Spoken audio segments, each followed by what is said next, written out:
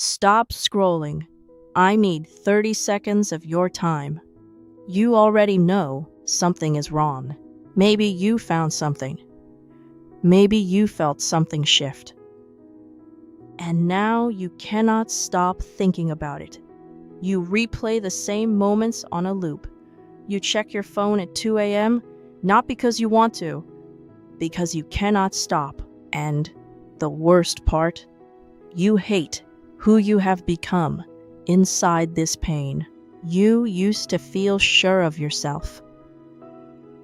Now you question everything. If that is you right now, stay with me, because in the next few minutes, I am going to explain exactly what is happening inside your mind and your body. And more importantly, I am going to show you what actually fixes it. Not surface level advice, not just move on. Real steps, real emotional truth. Welcome to Manifesting Miracles. With me, your host, Joelle. Here's what most people get completely wrong about betrayal. They think it is just about what happened. It is not. Betrayal does not only break trust, it breaks your sense of reality. Think about that for a second. You are not just dealing with pain. You are dealing with your entire foundation cracking underneath you. You start asking, was any of it real? What else do I not know?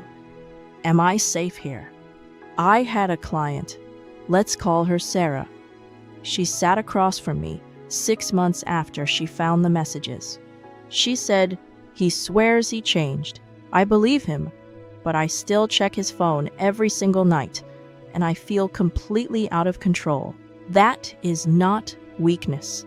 That is your nervous system doing its job. Your body is in survival mode. It is scanning for danger because it learned the hard way. That danger was real. The tension you feel, the obsessive thinking, the distance even when you still love them. That is not you being dramatic. That is biology. And if you try to skip past it and force yourself to just trust again, it will not work. You have to understand this first.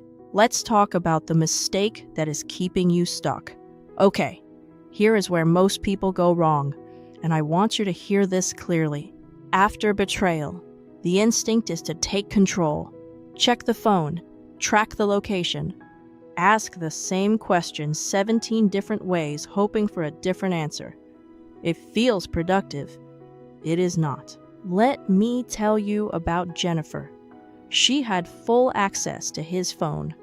She knew where he was every hour of the day. She had done everything right on paper. 6 months later, she told me, "I still don't trust him. Here is why." Control is not trust. Control is fear trying to keep you safe. But it keeps your nervous system locked in survival mode 24/7. You cannot rebuild trust while you are in survival mode. You rebuild trust by learning to feel safe again. Those are completely different things. And that shift right there is where healing actually begins. Let me give you the 3 things that genuinely move the needle. Not theories. Things I have watched work with real people in real pain. Number 1, radical honesty. The person who broke trust needs to stop hiding. No defensiveness, no shutting down, no flipping the conversation back onto you. I taught one of my clients to use this one line when his partner had questions. "I understand why you need to ask. I am here." That is it. 5 words. But what those 5 words communicate is massive. They say, "I am not running. I am not making this about me. You are safe to ask." That changes the dynamic completely. You stop chasing truth. Truth starts coming toward you. Number 2, ongoing accountability. One apology is not enough. I know that is hard to hear if you are the person who gave the apology. But trust is not rebuilt in one conversation. It is rebuilt in the small, repeated moments of emotional safety. The difference between saying, "I already said sorry," And I know this still hurts. I am here. That difference is enormous. One closes the door. The other keeps it open. Number 3, consistent behavior over time. Not promises, not words, patterns. Your nervous system is watching. It does not respond to what someone says. It responds to what someone keeps doing. When behavior becomes steady and predictable, your body starts to exhale. You do not have to force trust. You allow it to slowly rebuild through repeated safety. This is the part nobody wants to hear, but it might be the most important thing I say. You cannot rush forgiveness. I know everyone around you is saying, just let it go, or you need to move on. But here is the truth. Forgiveness is not a decision. It is a process. If you skip the grief, resentment stays buried. If you force forgiveness, distance grows. There is no timeline you owe anyone. Not your partner, not your family, not yourself. Let it move at the pace your body can actually handle. There are stages. You accept what happened. You feel the pain. You release the anger slowly. You grieve what you lost. And then, only then, you decide if you want to rebuild. If you skip the grief, resentment stays buried. If you force forgiveness, distance grows. There is no timeline you owe anyone, not your partner, not your family, not yourself. Let it move at the pace your body can actually handle. I want to give you 3 practical steps here, because most couples after betrayal are not fighting because they do not care. They are fighting because they do not know how to talk safely. Step 1. Regulate before you open your mouth. If you start a hard conversation when you are already in a triggered state, it will escalate every time. Try this first. Put one hand on your chest. Breathe slowly for 60 seconds. Say quietly in your mind, I choose clarity. Simple, but it works. When your body calms down, your words completely change. Step 2. Speak from your experience, not from blame.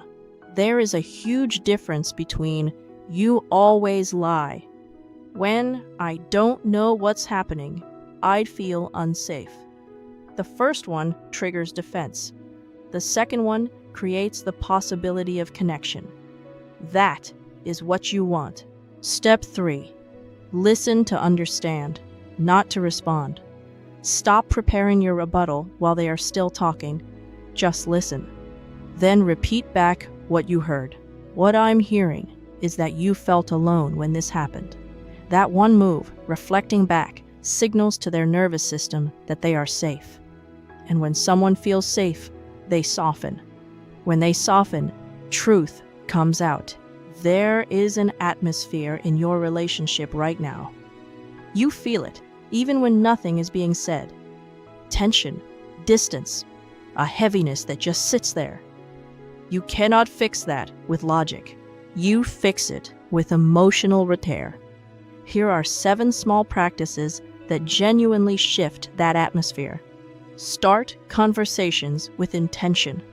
Say out loud, I want to understand each other. It resets the tone before a single hard thing is said. Share one truth at a time, not a flood. One thing. Pause. Let it land. After conflict, ask, is anything still sitting in your body? This clears the residue before it becomes resentment. Pay attention to what is not said. Tone, silence, body language. They carry more information than words. Repair before you problem solve. Sometimes what is needed is not an answer. It is acknowledgement. I am sorry you felt alone. That alone can shift everything. Create a weekly check-in. No phones, no distractions, just honest conversation. This builds stability. End even hard conversations with one thing you value about them. This slowly rebuilds the emotional safety between you. I know this one surprises people, but I have watched it happen. Some relationships actually become deeper after betrayal. Not because betrayal is good, because it forces truth. It reveals where communication broke down, where needs were not being expressed, where boundaries were never built in the first place.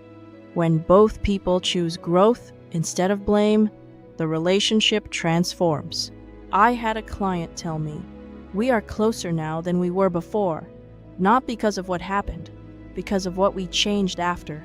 That is the difference. Now the part I will not skip, because you deserve honesty. Not every relationship heals, and that is not failure.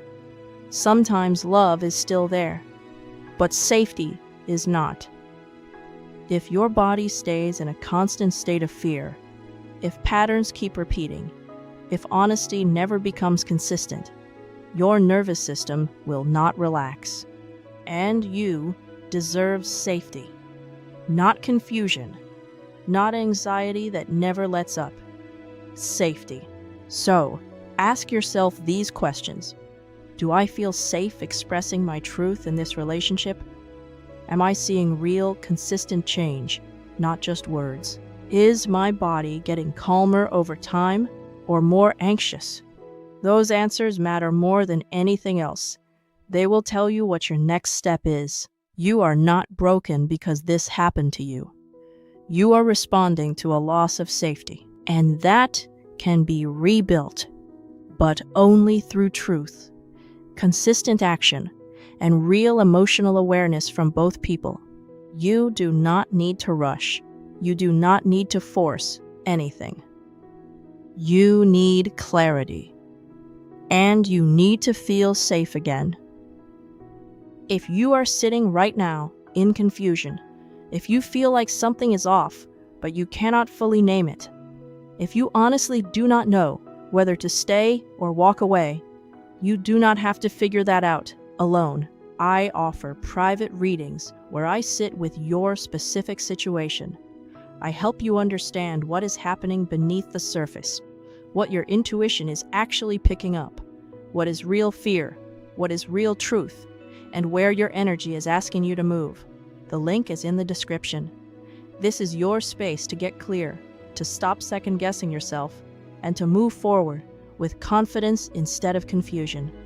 You deserve a relationship where love feels safe, not unstable, not confusing, safe.